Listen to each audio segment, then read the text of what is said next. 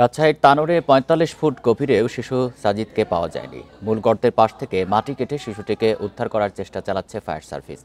গর্তটির গভীরতা ১৫০ থেকে ২০০ ফুট। মায়ের আর্তনাদে ভারী হয়ে উঠেছে পুরো এলাকা। দুপুর গড়িয়ে সন্ধ্যা, তারপর রাত, আবার ভোর। বুধবার দুপুর থেকে শুরু হয় ২ বছরের শিশু সাজিদকে উদ্ধারের চেষ্টা। সময় যত গড়ায় ততই ক্ষীণ হয়ে আসে শিশুটিকে জীবিত ফিরে পাওয়ার সম্ভাবনা। মায়ের আর্তনাদ আর বিলাপে ভারী পুরো এলাকার বাতাস। মায়ের কান্নাকাটিতে আশেপাশের লোক জড়ো হয় এবং তারাও স্থানীয় লোকজন চেষ্টা করার পর যখন উদ্ধার করতে না পারে তৎক্ষণাৎ তারা স্থানীয় ফায়ার সার্ভিসকে খবর দিলে তারা আসে। যখন বাচ্চার রেসপন্স ছিল তার ২-১ ঘন্টার মধ্যে যদি ব্যবস্থা করে তোলা যেত তাহলে হয়তোবা আল্লাহ দিলে আশা করা যেত। মূল গর্ত পর্যন্ত পৌঁছাতে তার পাশে আরেকটি গর্ত খোঁড়েন ফায়ার সার্ভিসের কর্মীরা। পরে সুড়ঙ্গ খুঁড়ে উদ্ধারের চেষ্টা চলে শিশুটিকে। পাশাপাশি তাকে বাঁচাতে ওই গর্তে পাইপের মাধ্যমে অক্সিজেন দেওয়া হয়। তবে গর্তের ৩৫ ফুট গভীর পর্যন্ত ক্যামেরা নামিয়েও দেখা মেলেনি শিশুটির। আমরা টানেল করেছি ৩৫ ফিটের মধ্যে, টানেলের মধ্যে পাই নাই। 35 ফিটের পরে যে আন্ডারগ্রাউন্ডে একটু চেষ্টা করতে হবে অন্য পদ্ধতিতে। এদিকে উদ্ধার কাজ দেখতে এলাকার শত শত মানুষ ঘটনাস্থলে ভিড় করেন। পরিস্থিতি নিয়ন্ত্রণে দড়ি টানিয়ে ঘটনাস্থল ঘিরে রাখা হয়।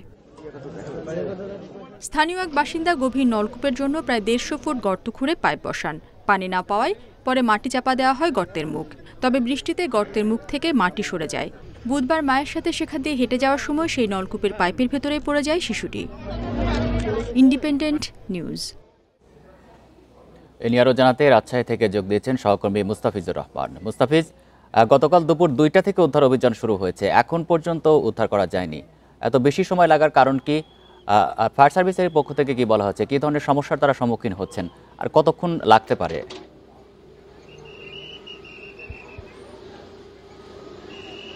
আসলে আপনার শেষ প্রশ্ন থেকেই আসি।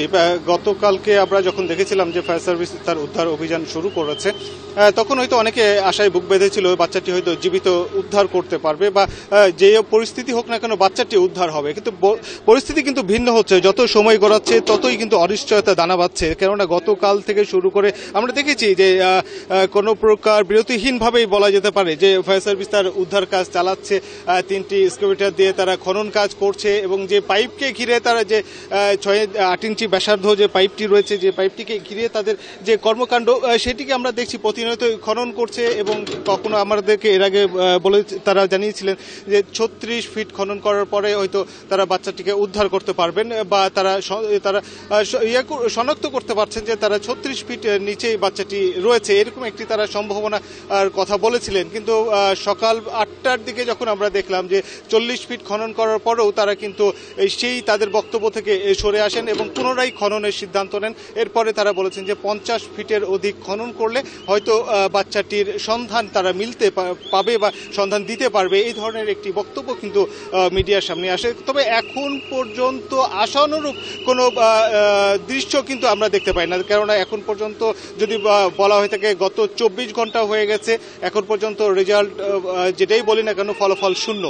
তার কারণ হয়েছে এখন আমরা কথা বলেছিলাম ফায়ার সার্ভিসের এখানে ঊর্ধ্বতন কর্মকর্তা যারা রয়েছেন তাদের সঙ্গে কথা বলেছিলাম। তারা শুধুমাত্র আশ্বাসের বাণীটি শুনিয়েছেন এবং তারা বলছেন যে তারা চেষ্টা করে যাচ্ছেন। কিন্তু তারা চেষ্টা করছেন এটা সত্য, কিন্তু ফলাফল কিন্তু এখন পর্যন্ত দৃশ্যমান নয়। এবং এখন পর্যন্ত শিশুটির অবস্থান কোথায়, তারা উদ্ধার করতে পারবে না বা পারবে কি পারবে না সেটা পরের কথা। কিন্তু বাচ্চাটির আরেকটি বিষয় জানাবেন, গতকাল কিন্তু ফায়ার সার্ভিসের পক্ষ থেকে বলা হয়েছিল যে মাটি খুঁড়ে যদি তাকে উদ্ধার করা না যায় সেক্ষেত্রে তারা সনাতনী আরেকটি পদ্ধতি ব্যবহার করে উদ্ধারের চেষ্টা চালাবেন। সেই পদ্ধতি থেকে তারা যাবেন আজকে?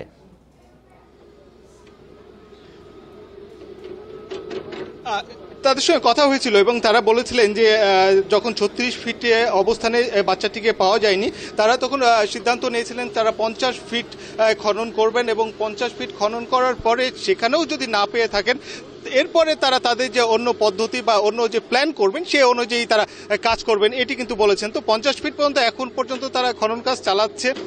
এখনো তাদের ঠিক এই যে সনাতন পদ্ধতি বলা হোক বা তাদের ভিন্ন কোনো কৌশলের কথা বলা হোক না কেন, সেটি কিন্তু এখনো তারা অবলম্বন করেনি। তবে এরই মধ্যে কিন্তু একটি বিষয় অনেকটাই স্পষ্ট হতে চলেছে, যে যদিও এখনো পাওয়া যায়নি, তবে এখানে যারা স্বজনরা রয়েছে, এই 2 বছর শিশু সাজিদের যারা স্বজনরা রয়েছে, তারা কিন্তু একটি কথা বলছিলেন যে বাচ্চাটি হয়তো আর জীবিত নেই, বা তারা বাচ্চাটি বেঁচে থাকার আশা অনেকটাই ছেড়ে দিয়েছেন। তার মায়ের যে আর্তনাদ, বাবার নীরব স্তব্ধভাবে তার যে পুকুর খনন করছে সেখানে চুপটি করে বসে থাকা, এবং তিনি বারবার কিন্তু একটি বিলাপ করছিলেন যে তার মৃত হোক বা জীবিত হোক সন্তানটিকে তিনি চান, বা সন্তানের মুখটি একবার দেখতে চান। এই ধরনের আর্তনাদ কিন্তু আমরা তার বাবার কাছ থেকে দেখেছি, তার মায়ের কাছ থেকে দেখেছি।